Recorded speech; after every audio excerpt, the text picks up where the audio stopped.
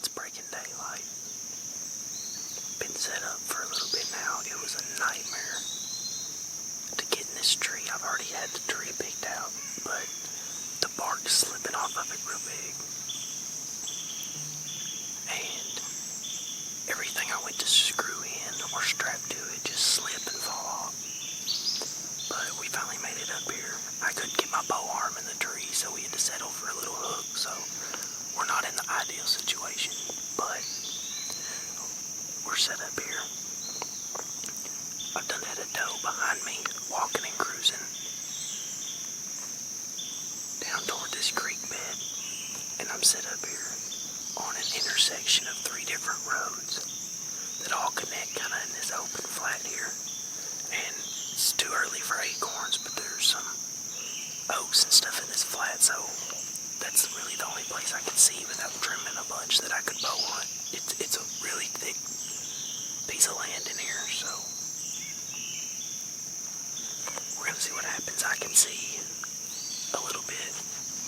It's not quite as thick as I thought. We got up here kind of high, so we're hoping some deer move. I've done seen a doe, and we're just gonna sit back, relax, and enjoy it, and hopefully one of our bucks show up and we can make it happen here in August. But regardless, just thankful to be out here again. Get to do what I love for another year, especially out of state in a new place. So hopefully we can punch a Tennessee tag this morning. We'll see what happens.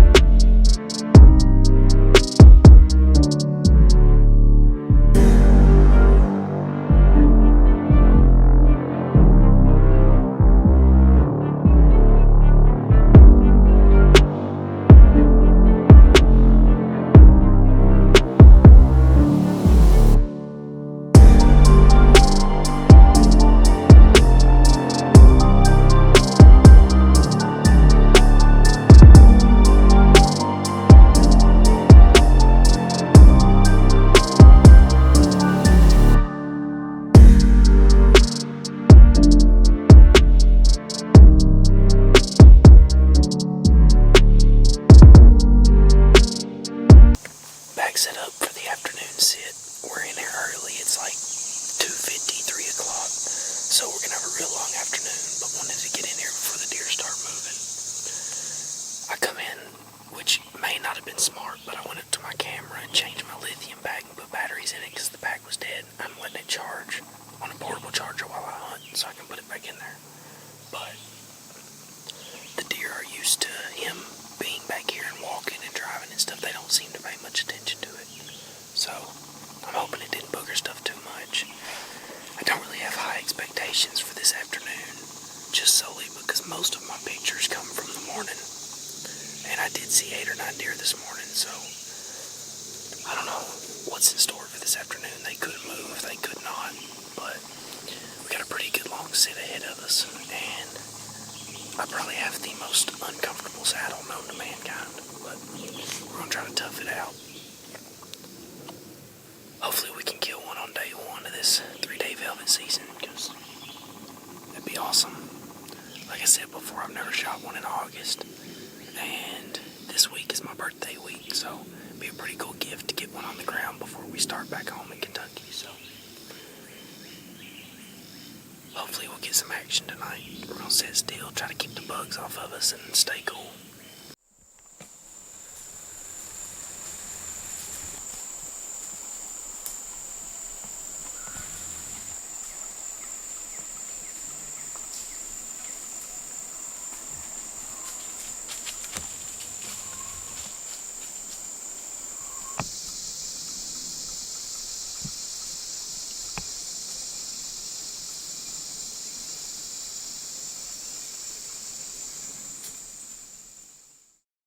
Finally, November 1st.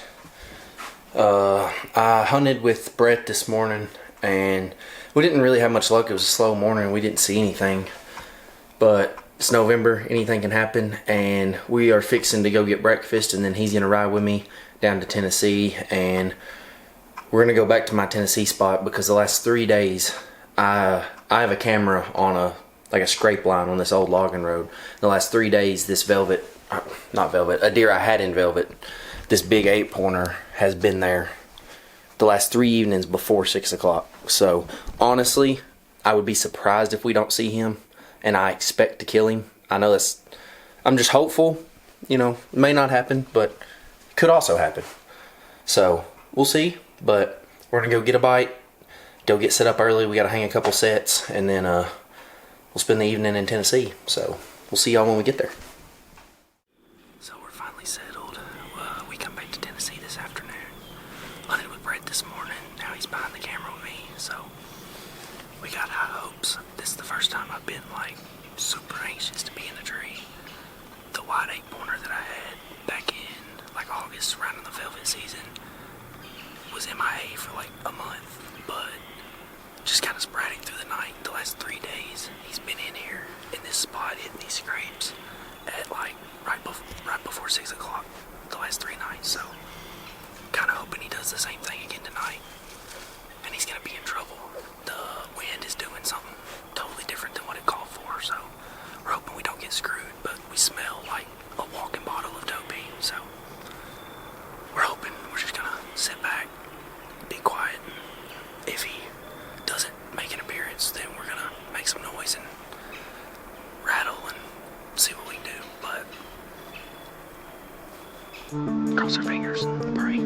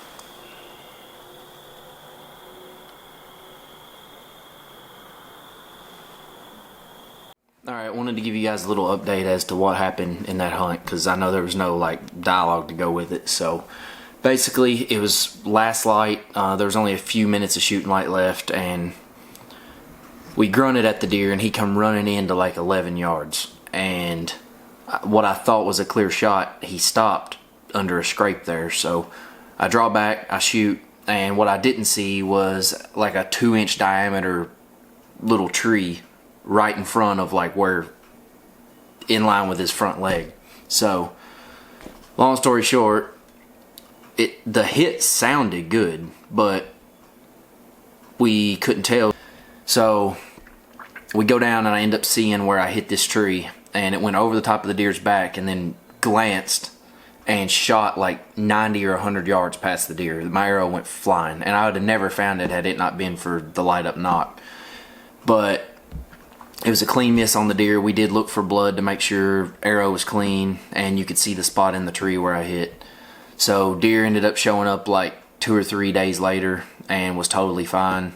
I just never had a chance to go back out there and try to finish the story, and it is still their gun season there, but as far as I know, he's alive. I've not really been running my cameras like I was, so I don't have a lot of intel, because I had that camera on like a scrape line and they're just not hitting it no more. So I don't know, I'm gonna try to get at it harder next year if I can still hunt the place. A good buddy lets me stay up there and hunt, so I'm super appreciative of that. It's a small place and it's hard to keep a lot of deer on, but I think next year you can legally bait, so I'm gonna try to do that some, and maybe plan a little mini micro kill plot, do something to just try to keep the deer there. But the story's still unfinished. We had a pretty good season overall. We all got to kill one, and got to see several others, and we're full-fledged duck hunting now. So I'd say this is probably the end of the deer for this year, but a couple months we'll be looking for sheds and it'll start all over again. So it seems like it's a never-ending cycle, but we love it and that's why we do it. So that's pretty much the Tennessee story. I know that's not as exciting of a video as what even us was hoping for, but we want to be real. We want to show the highs and the lows, and not just the times we are successful and get to harvest an animal. So wanted to still make an episode and show y'all that even people that film, we're by no means big wigs or anything, but even people that film mess up and have stuff go wrong. So I messed up the chance at one of the best deer I've had a chance. I mean, would have been one of the best deer that I've killed, period, but let alone a Tennessee deer, a very good out-of-state kill, especially with a bow. I was sick and still sick about it today, but what can you do? Just hope he's there next year, and we'll stay hard at it. So we appreciate you guys for watching, and we'll see y'all in the next one.